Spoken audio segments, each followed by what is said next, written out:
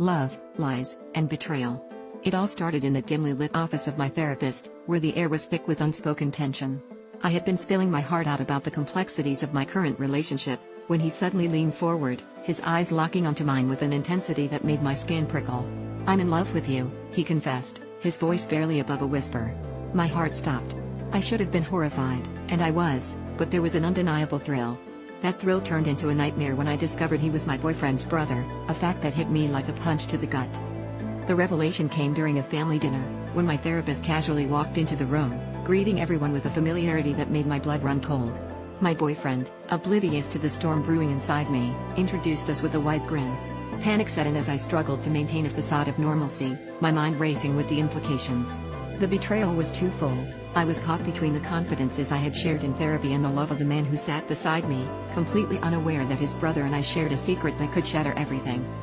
The days that followed were a blur of whispered phone calls and stolen glances. My therapist-turned-suitor was relentless, insisting that our connection was undeniable, while I was consumed by guilt and fear.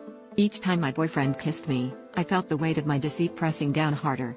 Every family gathering became a minefield, the tension crackling in the air whenever we were all in the same room.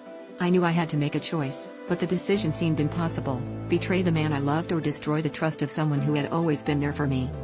In a moment of desperation, I called my therapist to end whatever twisted game we were playing. But as I stood there, phone in hand, ready to break it off, he blurted out something that knocked the wind out of me. He had already told my boyfriend everything. My world caved in, the walls of deceit I had built crumbling around me. Yet, instead of the confrontation I expected, my boyfriend quietly thanked his brother for his honesty and turned to me with a strange calmness. "This was a test," he said, his voice steady, "and you failed." It turned out they had orchestrated this to test my loyalty, and I was left with nothing but the ruins of a love built on lies.